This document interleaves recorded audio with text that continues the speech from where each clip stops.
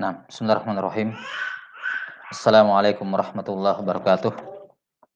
Alhamdulillahirabbil alamin. Wassalatu wassalamu ala asyrafil anbiya'i wal mursalin nabiyina Muhammadin wa ala alihi wa sahbihi ajmain. Asyhadu an la ilaha illallah wahdahu la syarikalah wa asyhadu anna Muhammadan abduhu wa rasuluh. Allahumma la ilma lana illa ma 'allamtana innaka antal alimul hakim. Allahumma faqihna fid din wa 'allimna ma yanfa'una warzuqnal ikhlasa fil qawli wal amal wa zidna ilman wa fiqhan wa adaban ya arhamar rahimin. Nam nuwasil fi qiraati Nuzhatin Nadhar fi tawdih nukhbatil fikr lil Hafiz Ahmad bin Ali bin Hajar al-Asqalani rahimahullah al-mutawaffa sanah 52 wa 800 min al-hijratin nabawiyah. Masih dalam pembahasan al-maudu, qala rahimahullahu taala al-hamil wal hamilu lil wadhi'i 'alal wada'. Hal-hal yang menyebabkan atau yang menjadi sebab menjadi sebab seorang pendusta itu membuat hadis palsu. Sudah disebutkan bahwasanya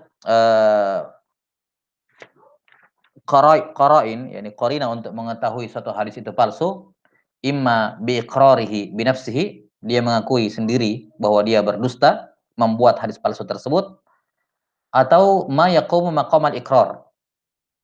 Ya,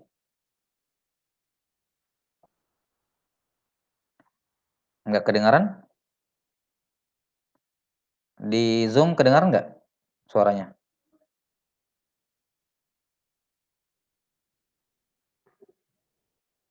Tidak terlalu terdengar?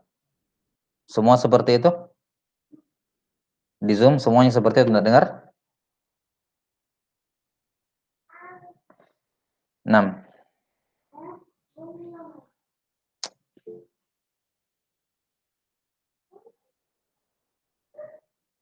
Jelas.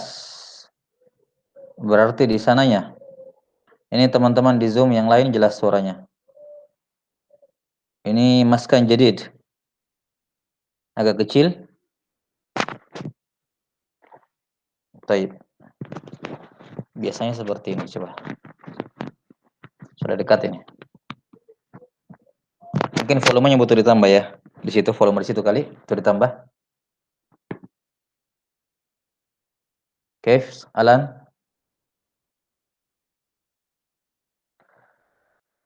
Iya. Masih kecil suaranya? Disahkan Kaif, sudah masih kecil suaranya?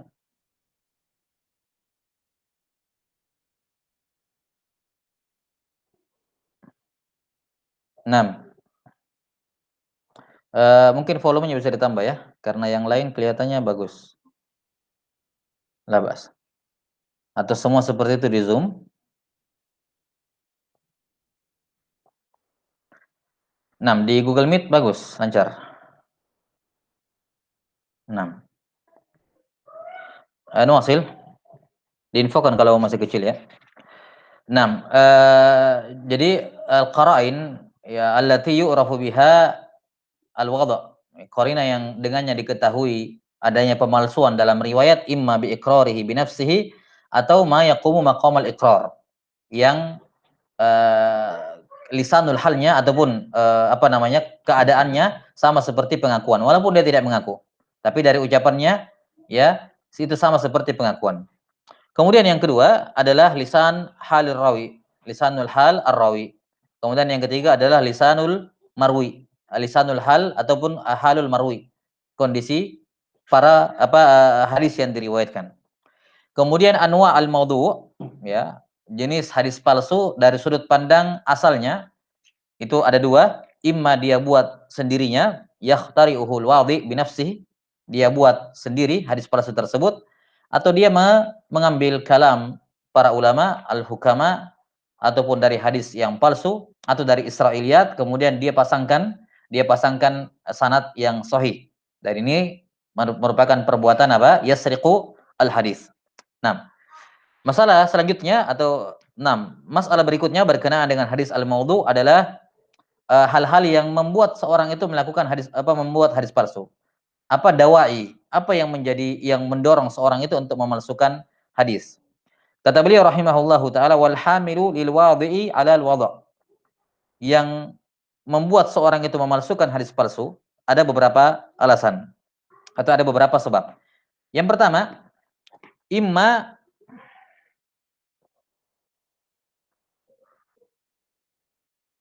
Nah, afwan.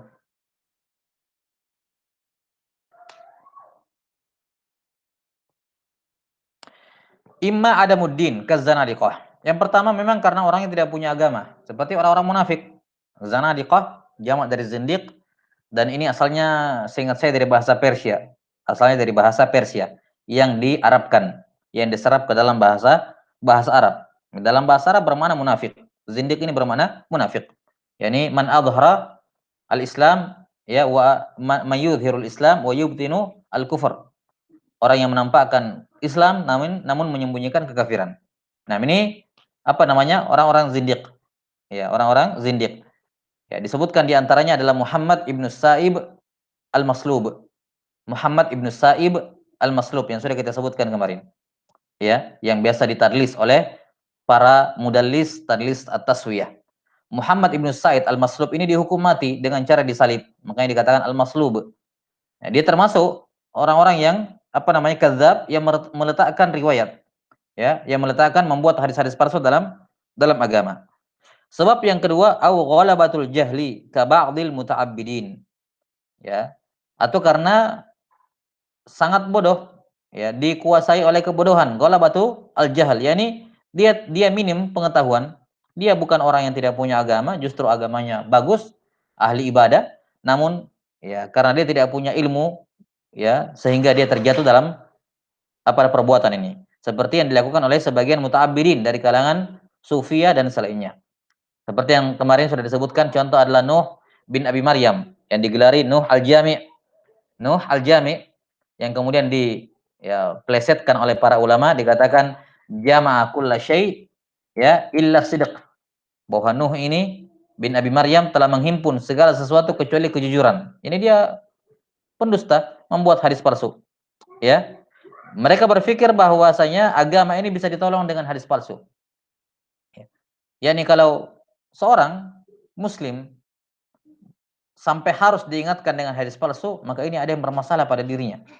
Ya, dan apa namanya? Agama tidak bisa ditolong dengan bid'ah. Tidak bisa ditolong dengan kedustaan.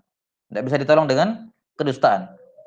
Ya, dan Nabi sallallahu alaihi wasallam bersabda, "Man kadzaba alayya muta'ammida falyatawawwa maq'adahu minan nar." Ya. 6. Siapa yang berdusta atas nama saya dengan sengaja, falyatabawwa maq'adahu minan nar. Ya. Mereka mengatakan bahwasanya ini karena kejahilan mereka berusaha mentakwil hadis. Mereka mengatakan bahwa yang diancam dengan neraka adalah man kadzaba 'alan nabi, yakni berdusta untuk merusak agama Nabi sallallahu alaihi wasallam. Merusak atau berdusta untuk mencemarkan agama Nabi sallallahu alaihi wasallam. Man kadzaba 'ala. Ya. Adapun kami nahnu la nakdzibu alaihi, nahnu nakdzibu lahu. Pakai lam katanya. Adapun kami berdusta lahu untuk Nabi sallallahu alaihi wasallam, yakni untuk mendukung menguatkan agama beliau alaihi salatu wassalam. Dan ini tentunya li faratil jahl, ya, karena parahnya kejahilan yang ada pada mereka, ya, sehingga mereka tidak mengetahui hakikat dari agama ini. Bahwasanya al-Islam itu mansur, agama yang tertolong, ya. 6 dan tidak butuh ditolong dengan hal-hal yang semacam ini. Dengan hal-hal ya seperti membuat hadis-hadis palsu. 6. Dan berdusta baik itu untuk menguatkan agama maupun merusak agama, itu semuanya dua-duanya masuk dalam kategori apa? Kadzdzaba 'alan nabi. Yakdzibu 'alan nabi sallallahu alaihi wasallam, karena beramal dengan hadis palsu atau membuat hadis palsu berujung kepada apa? Rusaknya agama Rasulullah sallallahu alaihi wasallam. 6. Berikutnya au fartu al-asabiyah. Sebab berikutnya adalah karena terlalu ta'assub ka ba'dil muqallidin. Ya. di masa-masa tinggi-tingginya fanatisme mazhab, fanatisme terhadap mazhab, ya ada hadis-hadis palsu yang berkembang di kalangan apa namanya para fuqaha, ya di mana mereka atau yang membuat hadis palsu ini adalah kalangan muqallidin yang apa namanya yufrituna fit taqlid, sangat keterlaluan over dalam taklid, ya. Ada yang membuat hadis qala Rasulullah sallallahu alaihi wasallam laula Malik lakana ad-dinu halik. Seandainya bukan Imam Malik maka agama akan binasa, ya. Ada yang membuat hadis apa namanya dari kalangan Hanafiyah, saya la yakunun atau sayakunu fi ummati rajulun yuqalu lahu Muhammad ibnu Idris huwa adarru ala ummati min iblis wa siraju ummati Abu Hanifah qalaha salasan, bahwa akan datang pada umatku seorang yang bernama Muhammad bin Idris, yakni Syafi'i rahimahullah. Dia lebih membahayakan umatku dibandingkan iblis. Dan lentera umatku adalah Abu Hanifah. Dikatakan 3 kali. Nah, ini bila syak merupakan apa? Ya, hadis palsu. Jelas dari teksnya, dari matannya, ya, ini jelas merupakan apa? Hadis palsu. Di mana penyebabnya karena fartul asabiyah. Berikutnya awit tiba'u hawa ba'dhir ru'asa, atau karena mengikuti keinginan sebagian penguasa. Sebagaimana disebutkan kemarin dari siapa kisahnya Giyas bin Ibrahim yang membuat hadis palsu tentang keutamaan memelihara merpati di hadapan Al-Mahdi. Nah, awil ighrab liqasdil ishtihar, atau sengaja ya membuat hadis palsu untuk ighrab, memunculkan keanehan supaya viral kayak gitu ya. Bahasanya sekarang yang aneh-aneh itu yang viral. Nah, membuat keanehan, bikin hadis palsu. Ya, kenapa hadis palsu itu jadi aneh? Karena para ulama a'immah mereka sudah menghafal hadis-hadis sahih. Mereka sudah menghafal hadis-hadis dhaif. Ya, bukan hanya marfu'at, mauqufatnya juga dihafal. Kata Al-Bukhari rahimahullah, hafidtu ya mi'ata alf hadisan sahih. Saya menghafal 100.000 apa hadis sahih, dan mi'atai hadis 200.000 hadis ghairu sahih. Maka mereka tidak hanya menghafal marfu'at tapi juga mauqufat dengan semua jalan-jalannya. Sehingga ketika mereka mendapati ada satu hadis dengan matan seperti ini, dengan sanad seperti ini, wah ini belum masuk dalam hafalan saya ini. Jadinya kan aneh. Kok ada hadis semacam ini dengan sanad seperti ini yang baru kita tahu. Sementara para imam itu mereka sudah mengetahui seluk-beluk hadis, seluk-beluk riwayat. Mereka sudah tahu riwayat-riwayatnya, penduduk Kufa ini begini, penduduknya Basra ini hadisnya jumlahnya sekian, penduduk kota Mekah jumlah hadis-hadisnya sekian. Hadis-hadis yang masyhur tersebar di setiap kota mereka sudah tahu dan mereka sudah hafal. Tiba-tiba ada seorang pendusta merangkai sebuah sanad dengan matannya sih mereka tahu, cuman sanad yang ini baru, ini sanad seperti ini. Belum ada. Iya. Kok ada sanad seperti ini? Jadinya apa? Iqrab, membuat sengaja supaya viral, ya, liqasdil istihar, agar dia menjadi masyhur, yakni agar dia didatangi. Ya, ini para pencari sanad di zaman dahulu kalau ada sanad-sanad seperti ini yang aneh-aneh seperti ini didatangi. Ya, bukan sekedar untuk karena itu unik, tapi karena untuk dicek apakah betul ini. Jangan sampai hanya apa namanya perbuatan dari sariqul hadis, pencuri hadis yang sengaja menyusun sanad palsu untuk apa namanya liqasdil istihar. Liqasdi al-ishtihar. Baik, ini beberapa beliau sebutkan 5 ya, 5 asbab ya, seorang memalsukan riwayat. Baik, summa qala rahimahullahu taala hukmu wa kullu dzalika haramun bi ijma'i man yu'taddu bih. Apapun alasannya,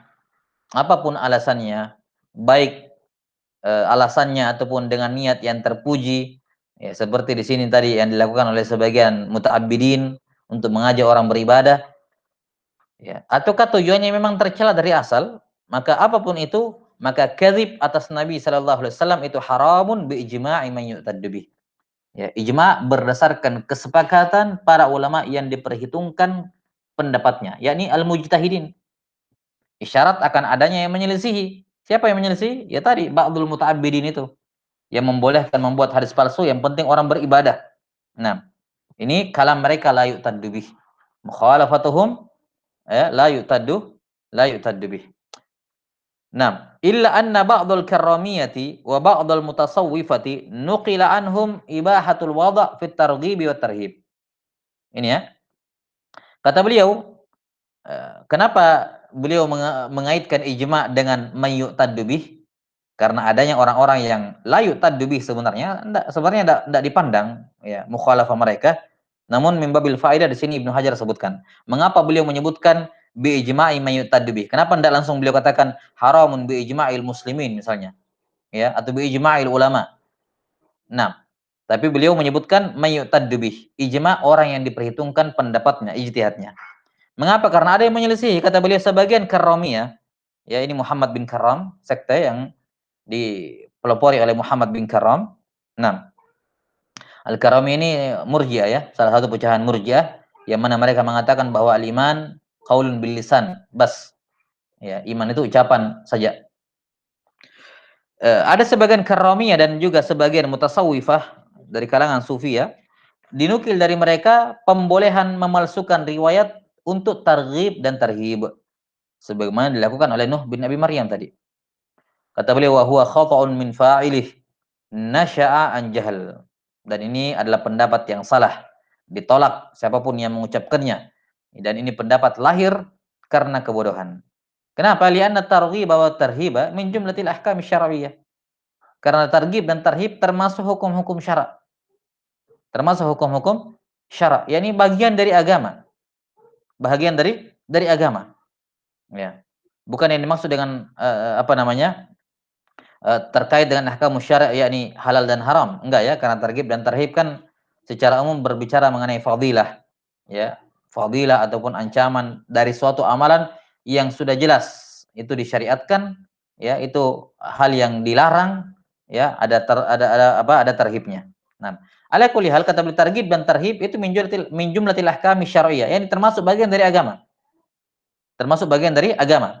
Kalimat al-ahkam syar'iyyah di sini ya, kalimat al-ahkamus syar'iyyah di sini bukan yang dimaksud dengannya ahkamus syar'iyyah dalam definisi usul fikih ya, yakni ahkamus syar'iyyah terbagi dua, taklifiyah dengan wad'iyah, bukan itu yang dimaksud ya.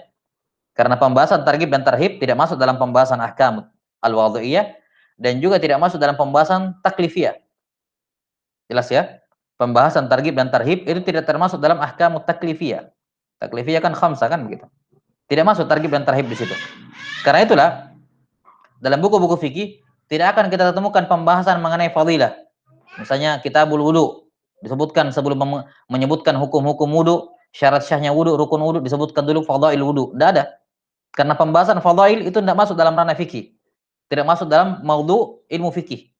Maudhu'nya ilmu fikih adalah ahkamus syar'iyyah. Ya, al-ahkam asy-syar'iyyah. Nah, tidak masuk dalam ranahnya usul fikih.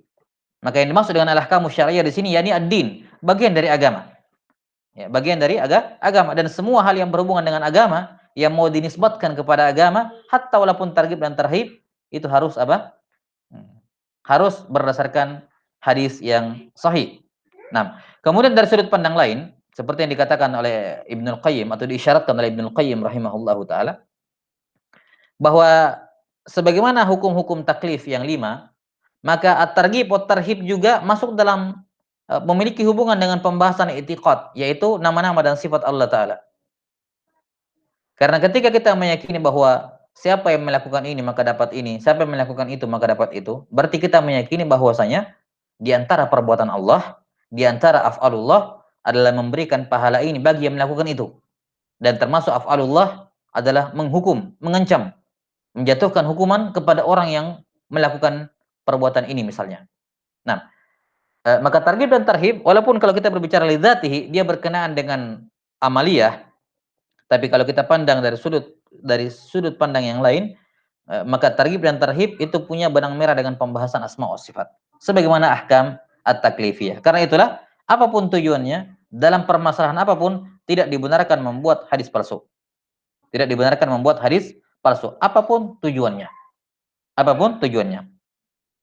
Taib, summa qala rahimahullahu taala واتفقوا على أن تعمد الكذب على النبي صلى الله عليه وسلم من الكبائر وبالغ أبو محمد الجويني فكفر من تعمد الكذب على النبي صلى الله عليه وسلم. Dan para ulama sepakat ya, berdusta dengan sengaja mengatasnamakan Nabi sallallahu alaihi wasallam adalah kabirah minal kabair. Adalah dosa besar. Ya. Ada yang menyelisih ittifaq ini. Siapa itu? Abu Muhammad Al-Juwaini rahimahullahu taala. Beliau terlalu berlebihan sampai-sampai beliau mengkafirkan orang yang sengaja berdusta atas nama Nabi sallallahu alaihi wasallam. Dan ini tentunya qaul yang mardud. Qaul yang mardud. Yani kalaupun ada orang yang merusak agama dengan hadis-hadis palsu, ya maka dia sengaja merusak agama dengan hadis-hadis palsu, ya, maka dia kafir bukan karena meletakkan hadis palsunya, tapi karena dianya dari awal sudah munafik. Ya, zanadiqah. Karena itulah para ulama tidak ada yang menghukumi kafir semacam Nuh bin Nabi Maryam tadi, atau seperti tadi siapa?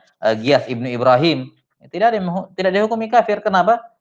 Karena mereka memandang kepada asalnya, yaitu mereka yakzib, dusta. Ya. Adanya orang-orang yang zanadiqah, yang zindik, yang melakukan kedustaan, ya, maka mereka kafir bukan dikarenakan kadzibnya, tapi karena asal mereka, yakni ada nifak dalam hatinya. Kemudian yang kedua, bahwasanya kadzib ya kadzib secara umum sama-sama dosa besar. Yang membedakannya hanyalah dari sudut pandang parah tidaknya. Yakni al-kadzib 'ala Allah berbeda dengan kadzib 'ala Nabi. Ya, al-kadzib 'ala Nabi berbeda dengan kadzib 'ala as-sahabah. Demikian pula seterusnya sampai ke bawah. Kadzib 'alal ulama berbeda dengan kadzib kepada juhal. Nah, maka secara umum yang dipandang dari dosa adalah bentuk pelanggarannya, ya, bukan dari sudut pandang muta'alliq dosa tersebut. Yani kadzib kepada Nabi sallallahu alaihi wasallam dari sudut pandang dia kadzib itu sama seperti yang lain, sama-sama berdusta. Ya. Parahnya, tingkat keparahannya hanya ditentukan dengan muta'alliqnya, yakni dia berdusta atas nama siapa. Itu saja. Adapun sampai kafir, maka ini tentunya pendapat yang lemah. Baik. Ini hukum sengaja berdusta atas nama Nabi sallallahu alaihi wasallam, hukumnya adalah haram minal kabair, dan ini bittifaq al-muslimin, bittifaqi may yu'tad bih, yang disebutkan di sini oleh Al-Hafidz Ibnu Hajar rahimahullah. Adapun kalamnya Abu Muhammad Al-Juwaini rahimahullah ini syadz. Ini apa? Kalam yang atau pendapat yang syadz. Enggak diperhitungkan penyelisihannya dalam masalah ini. Summa qala rahimahullahu taala, wattafaqu ala tahrim riwayatil mawdu'i illa maqrunan bi bayanihi. Masalah berikutnya hukum meriwayatkan hadis palsu. Yakni dia sudah tahu itu palsu. Dia sudah tahu itu palsu. Apa hukum meriwayatkan? Maka tentunya di sini berbeda hukumnya dengan orang yang tidak tahu ternyata itu palsu. Dia meriwayatkan, dia pikir itu sabda Rasulullah sallallahu alaihi wasallam. Maka ini walaupun sama-sama salah, tapi derajatnya tentunya berbeda. Kata beliau, wattafaqu ala tahrimi riwayatil maudhu'. Para ulama sepakat haramnya meriwayatkan hadis maudhu', kecuali makrunan bibayanihi, kecuali disertai dengan penjelasan bahwa itu hadis palsu. Kecuali disertai penjelasan bahwa itu adalah hadis palsu. 6. Liqaulihi sallallahu alaihi wasallam, man haddatsa anni bihaditsin yura annahu kadzib fa huwa ahadul kadzibin. Siapa yang menceritakan dariku sebuah hadis yura annahu kadzib, yang dilihat diketahui bahwa itu adalah hadis yang palsu, maka dia salah seorang pendusta. 6. Dalam riwayat lain atau kalimat ini fahuwa ahadul kadzibin juga dibaca fahuwa ahadul kadzibain, fahuwa ahadul kadziban. Kemudian yura juga dibaca yara. Man haddatsa anni bihaditsin yara annahu kadzib. Fahuwa ahadul kadzibin atau fahuwa ahadul kadzibain. Dia salah seorang pendusta, ya, dia salah seorang apa? Pendusta dari banyak pendusta, atau dia salah seorang pendusta dari dua pendusta. Ahadul kadzibain. Nah, ini hadis dijadikan dalil oleh para ulama akan tidak bolehnya meriwayatkan hadis maudhu, baik dia tahu itu maudhu maupun dia tidak tahu. Kalau dia tahu itu maudhu, maka dosanya lebih besar. Tapi kalau dia tidak tahu itu maudhu, lantas dia riwayatkan dan nisbatkan kepada Nabi SAW, maka ini juga salah. Ini juga masuk dalam bentuk al-kadzib, walaupun kadzibnya ghairu amdin, tidak sengaja dia. Tapi namanya kadzib juga. Makanya bacaan hadis ini dibaca yuro atau yaro. Kalau dibaca mabni lima lam yusamma fa'iluhu, dibaca yuro, yakni siapa yang menceritakan dariku suatu hadis, yuro, yakni diketahui oleh ulama, diketahui oleh orang-orang tahu bahwa itu adalah hadis yang kadzib, fahuwa ahadul kadzibin. Maka dia adalah salah seorang pendusta. Itu kalau dibaca yuro. 6. Dan bisa juga dibaca yaro, yakni dianya. Siapa yang menceritakan dari saya suatu hadis yang dianya melihat, dianya sendiri mengetahui yaro annahu kadzib. Maka tidak boleh seorang meriwayatkan hadis palsu, sama saja, baik dia tahu itu hadis palsu atau dia tidak tahu hadis palsu, tapi orang-orang para ulama tahu itu hadis palsu. Dua-duanya terlarang. Karena itulah, ya, tidak diperkenankan seorang untuk menisbatkan, terutama dari kalangan awam tentunya, ataupun talabatul ilmu mubtadiin yang belum memahami, belum punya dasar dalam masalah ini, maka tidak boleh bagi mereka untuk menisbatkan hadis kepada Nabi Shallallahu Alaihi Wasallam kecuali sudah ada ulama terdahulu yang mengatakan itu sahih atau hasan. Ya. Kenapa? Khawatir itu kadzib oleh para ulama dan dia langsung amalkan. Maka tidak boleh ada seorang awam misalnya, seorang awam atau talabul ilm, al-mubtadi, pemula, langsung datang ke Sunan Ibnu Majah, dia buka sendiri Sunan Ibnu Majah, dia lihat satu hadis langsung dia amalkan. Ya, maka ini tidak diperkenankan seperti itu sampai ada ulama yang telah lebih dahulu mensahihkan hadis tersebut. Misalnya ya minimal muhakkiknya Sunan Ibnu Majah mengatakan, misalnya Al-Busiri misalnya, dia mengatakan apa? Ini sahih. Taib, sudah ada Al-Busiri yang mensahihkan, silakan amalkan. Ya. Musnad Imam Ahmad ataupun kitab-kitab yang lain. Ini di luar Bukhari Muslim ya. Kalau Bukhari Muslim kan semuanya sahih. Nah, semuanya pas, dinisbatkan, dipastikan Rasulullah SAW bersabda dengannya. Adapun kitab-kitab yang lain yang la yashtarithuna sihha, tidak mempersyaratkan sahih dalam kitab mereka, ya maka tidak boleh dia langsung diamalkan kecuali sudah ada nas dari para ulama bahwa itu sahih atau hasan. Misalnya dalam Sunan Tirmidzi, kita buka Sunan Tirmidzi kemudian kita mendapatkan hadis setelah disebutkan sanad dan matanya, At-Tirmidzi mengatakan hadza haditsun hasanun sahih atau hadza haditsun hasanun. Maka ini sudah cukup bagi kita untuk mengamalkan. Atau kita buka Riyadus Shalihin, ya. Kemudian kita buka bab tertentu, kemudian kita lihat hadis, kemudian An-Nawawi mengatakan ini hadis sahih. Maka sudah bisa diamalkan karena sudah ada tasih dari Imam An-Nawawi. Adapun ketika tidak ada tasih dari siapapun dari para ulama terdahulu sebelum dia, ya, maka tidak ada satupun tasih dari para ulama terhadap hadis tersebut, baik sebelum zamannya maupun pada zamannya, selama dia alim, mumpuni dalam ilmu hadis, tidak ada tansis bahwa itu sahih ataupun hasan, maka tidak boleh sembarangan mengamalkan hadis. Tidak boleh sembarang mengamalkan hadis karena khawatir dia terjatuh dalam bentuk kedustaan yang tidak disengaja, dan itu juga bermasalah. Jatuh dalam kedustaan yang tidak disengaja dan itu juga bermasalah. Baik. Ini selesai hukum riwayat al-maudhu. Kemudian masalah tambahan tadi saya lupa sebutkan di masalah berdusta atas nama Nabi sallallahu alaihi wasallam dengan sengaja. Apa hukumnya? Nah, kalau dia zindik tentunya hukuman mati. Ya, hukuman matinya bukan karena memalsukan hadis tapi karena zindiknya. Ya, adapun memalsukan hadis itu sendiri ya sama seperti dosa-dosa kadzib yang lain. Tidak ada hukum hadnya, tidak ada hukum pidananya. Namun ada hukum syar'i bagi pendusta. Ya. Disebutkan oleh para ulama masalah hal tuqbalu taubatul kadzab. Ya, atau al-kadzib fi hadisin Nabi sallallahu alaihi wasallam. Apakah diterima taubatnya orang yang pernah kedapatan berdusta atas nama Nabi sallallahu alaihi wasallam? Yang dimaksud diterima taubatnya atau tidak bukan hari kiamat.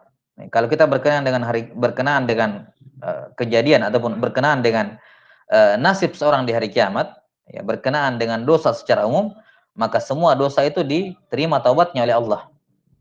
Jangankan berdusta atas nama Nabi sallallahu alaihi wasallam, musyrik, kafir saja terang-terangan, kalau dia bertaubat kembali masuk ke dalam Islam, maka Allah ampuni.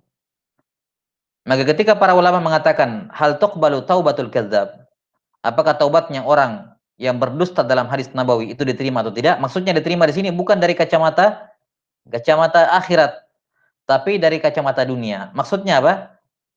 Apakah orang yang pernah kedapatan berdusta atas nama Nabi Shallallahu Alaihi Wasallam, kemudian dihukumi dia kadzab. Nah, apakah kalau dia taubat, mengumumkan taubatnya, riwayatnya boleh kembali diterima atau tetap ditolak selama-lamanya? Nah, ini dan maksud dari masalah hal tuqbalu taubatu al-kadzab. Apakah taubat kadzab diterima? Yakni seandainya dia taubat, kalau misalnya ada seorang kadzab yang tadinya semua riwayatnya ditolak, kemudian tiba-tiba ditaubat kepada Allah Ta'ala. Nah, apakah setelah dia taubat ini, riwayat-riwayatnya bisa diterima belakangan? Atau riwayat-riwayatnya yang dulu, kemudian disampaikan ulang bahwa ini benar, itu juga bisa diterima? Nah, ini ada dua pendapat di kalangan para ulama. Sebagian ulama mengatakan taubatul al-kadzab itu la yuqbal, la tuqbal, enggak diterima. Yani kalau ada orang sudah terbukti berdusta atas nama Nabi sallallahu alaihi wasallam, maka riwayatnya ditolak secara mutlak. Riwayat manapun, yang dulu maupun yang akan datang, yang sekarang ditolak semuanya, enggak boleh diterima. Adapun masalah dia taubat kepada Allah, maka itu urusan dia dengan Allah nanti. Ya, urusan dia dengan Allah Ta'ala. Adapun kita di dunia, ya, menghukumi apa? Menghukumi bahwa dia telah bertobat. Adapun di dunia, maka hukumnya berbeda. Mereka mengatakan ini orang sudah berdusta atas nama Nabi sallallahu alaihi wasallam, dikhawatirkan. Ya, dia kan namanya pendusta. Nah, kalau dia bertobat, apakah dipastikan tobatnya itu tidak dusta juga? Jangan sampai dia bilang bertobat, pura-pura taubat supaya diterima hadisnya, belakangan dimasukkan lagi hadis-hadis palsu. Ya ini tidak jujur, tidak ikhlas dalam taubat. Nah, karena adanya kemungkinan seperti ini, ya adanya kemungkinan si pendusta itu berdusta pada taubatnya. Dia kan pendusta, terus dia bilang saya taubat dari dusta. Tapi dari mana kita tahu itu bukan dusta juga? Nah, karena adanya ihtimal seperti ini, maka riwayat kadzab sejak pertama kali dia diketahui dia kadzab, maka ditolak selama-lamanya. Walaupun dia taubat setelah itu. Pendapat yang kedua mengatakan tetap diterima. Tetap diterima riwayatnya kalau dia betul-betul sudah jujur bertobat. Dia betul-betul sudah jujur bertobat, maka diterima riwayatnya. Nah, diterima riwayatnya.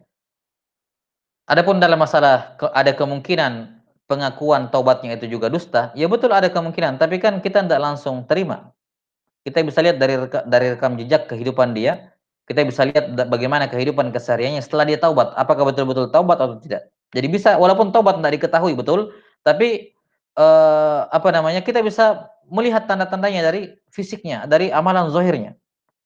Nah, maka kalau amalan zahirnya menunjukkan dia sudah tidak berdusta, ya, dugaan besar kita dia sudah tidak berdusta, maka kita boleh beramal dengan riwayat-riwayatnya. Tapi ini dua pendapat di kalangan para ulama dalam masalah istitab al-kadzab.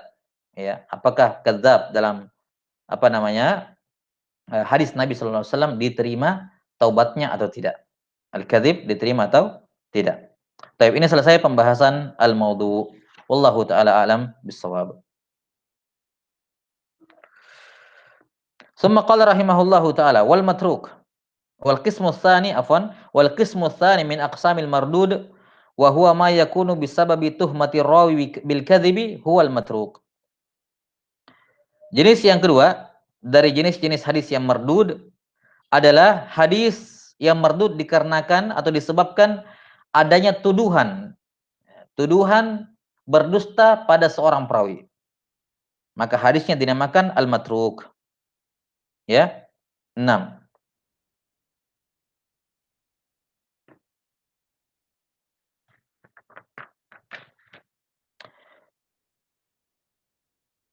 Apa perbedaan antara al-maudhu dengan al-matruk? Ya, dari sudut pandang perawinya jelas. Kalau dia maudhu, maka perawinya sudah fix, dia itu kadzab. Sementara muttaham bil kadzib, dia ini tidak dipastikan, tidak ada bukti dia berdusta dalam hadis Rasulullah SAW, tapi dia tertuduh berdusta. Kapan seorang perawi dikatakan muttaham bil kadzib? Kata para ulama ada dua ciri-cirinya. Ciri-ciri yang pertama, dia sering berdusta dalam kalamuhul adi, dalam ucapan kesehariannya. Ya sudah, ini biasa kita tahu ini sering berdusta orangnya. Memang sih tidak pernah kedapatan berdusta dalam hadis, tapi kalau ucapan keseharian ya mudahlah. Ya berapa kali kami dapati dia dusta. Maka orang-orang yang seperti ini ketika meriwayatkan hadis nabawi, walaupun tidak ada bukti bahwa dia membuat hadis palsu, tapi dia muttaham bil kadzib. Yani gara-gara dia mengucapkan ucapan dusta di ucapan keseharian, maka bisa jadi juga itu merembet ke hadis nabawi. Makanya dalam hadis Nabi dikatakan dia muttaham, tertuduh berdusta. Tertuduh berdusta.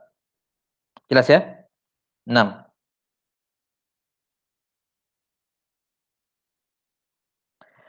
Taib. Ini sebab yang pertama seorang dianggap muttaham bil kadzib, yakni karena dia kedapatan atau dia banyak berdusta dalam ucapan kesehariannya, walaupun bukan dalam hadis nabawi. Kemudian sebab yang kedua, seorang rawi dikatakan muttaham bil kadzib, yakni ketika ada suatu hadis, matan hadisnya itu mungkar. Ya, mungkar dalam artian batil, menyelisihi syariat Islam, menyelisihi hal-hal yang maklum fid dini bil darurah. Pokoknya ini hadis dipastikan tidak mungkin Nabi bersabda ini. Menyelisihi kaidah-kaidah amma dalam syariat. Namun ketika kita lihat sanatnya, oh bersih. Tidak ada pendusta di dalamnya. Cuman ada satu orang, dia ini doif. Hafalannya lemah. Ya. Maka dalam keadaan seperti ini, kita bisa mengatakan bahwa ini matanya jelas palsu. Tapi siapa yang memalsukan? Nah, kita lihat dari semua rawi-rawinya ini yang paling jelek hafalannya. Ini fulan, dia ini apa namanya? Misalnya mukhtalid riwayatnya, atau dia misalnya apa namanya lahu manakir, atau jelek hafalannya intinya. Maka orang yang paling memungkinkan untuk kita dalam tanda kutip tuduh membuat hadis palsu ini adalah si fulan yang paling lemah itu. Maka dia walaupun asalnya mungkin derajat dia hanyalah mungkarul hadis, atau mungkin asalnya riwayat dia, status dia hanyalah rawi yang dhaif biasa, tapi gara-gara dia terdapat dalam sebuah sanad yang maudhu, terdapat dalam sebuah hadis yang matanya jelas-jelas palsu dan tidak ada yang bisa disalahkan kecuali dia, maka dia dikatakan muttaham bil kadzib. Tertuduh berdusta. Jelas ya? Nah, mengapa dikatakan tidak ada yang bisa disalahkan selain dia? Karena dia yang paling rendah dobitnya. Paling rendah apa ya? Dobotnya. Maka kalau ada kemungkinan yang membuat salah ini hadis, dia orangnya. Tapi tidak dipastikan juga. Maka ini namanya apa? Muttaham bil kadzib. Yani rawi yang meriwayatkan hadis-hadis yang matanya jelas menyelisih syariat, jelas matanya palsu, namun dari semua orang-orang dalam sanad dia yang paling layak untuk, dia yang paling rendah dobotnya, sehingga dia yang paling layak untuk dijatuhkan kesalahan kepadanya. Dan ini adalah salah satu level tersulit dalam ilmu ilalul hadis. Ilmu ilal hadis. Nah, ilmu ilal adalah mendeteksi, mencari tahu ilalnya. Apakah ada ilat di dalamnya atau tidak. Kemudian yang kedua, ilatnya itu qadihah atau ghairu qadihah. Nah, kalau dia qadihah, yang paling sulit adalah siapa yang salah. Gara-gara siapa muncul ilat ini. Ya, maka demikian pula di sini ketika ada hadis yang maudhu matannya, ini harus disalahkan, ini harus ditimpakan kepada salah satu dari rawi-rawi ini. Siapa yang melakukan ini? Ternyata dilihat dia yang paling rendah bobotnya, ya paling ini dia yang paling memungkinkan. Kalau yang lainnya di atasnya atau rawi-rawi lain siko misalnya, tidak ada yang bisa disalahkan. Ya, yang paling memungkinkan dia karena dia satu-satunya rawi dhaif di sanad tersebut. Maka dia pun walaupun asalnya lidzatihi dia itu dhaif, tapi dalam hadis ini dia menjadi muttaham bil kadzib. Naam, wallahu taala alam bissawab. Kata Al-Hafidz Ibnu Hajar rahimahullah, rawi-rawi yang seperti ini atau hadis-hadis seperti ini yang di dalamnya ada perawi yang muttaham bil kadzib dinamakan hadisnya al-matruk. Dinamakan hadisnya matruk. Dan tentunya penyebutan matruk atau istilah matruk untuk hadis yang di dalamnya ada muttaham bil kadzib ini bukan mimbabil hasar. Ya, bukan berarti matruk enggak boleh dipakai untuk istilah lain, untuk mana lain. Enggak. Karena warid dari amalia ataupun lisannya para ulama al-jarh wa ta'dil, ahli ilal hadis, mereka mengitlaqkan al-mursal, mereka mengitlaqkan kata al-matruk, ya, al-matruk untuk rawi-rawi yang fuhsyul ghalab, yang sangat parah kesalahannya. Ya, ini matanya bagus, ya, matanya bagus, cuman dia sangat parah sekali hafalannya, maka mereka juga mengitlaqkan pada hadis seperti ini, walaupun tidak ada muttaham bil kadzib, tapi rawinya sangat parah hafalannya, maka mereka mengitlakkan untuknya penamaan hadis matruk. Hadis al-matruk. Taib, wallahu taala alam bisawab. Taib, naktafi. Nas'alullah ta'ala yu'allimana mimma yanfa'una wa ay yanfa'ana bima 'allamana. Innahu waliyyu dzalika wal qadiru alaih. Subhanakallahumma wa bihamdik asyhadu an la ilaha illa anta astaghfiruka wa atubu ilaik. Walhamdulillahi rabbil alamin. Assalamualaikum warahmatullahi wabarakatuh.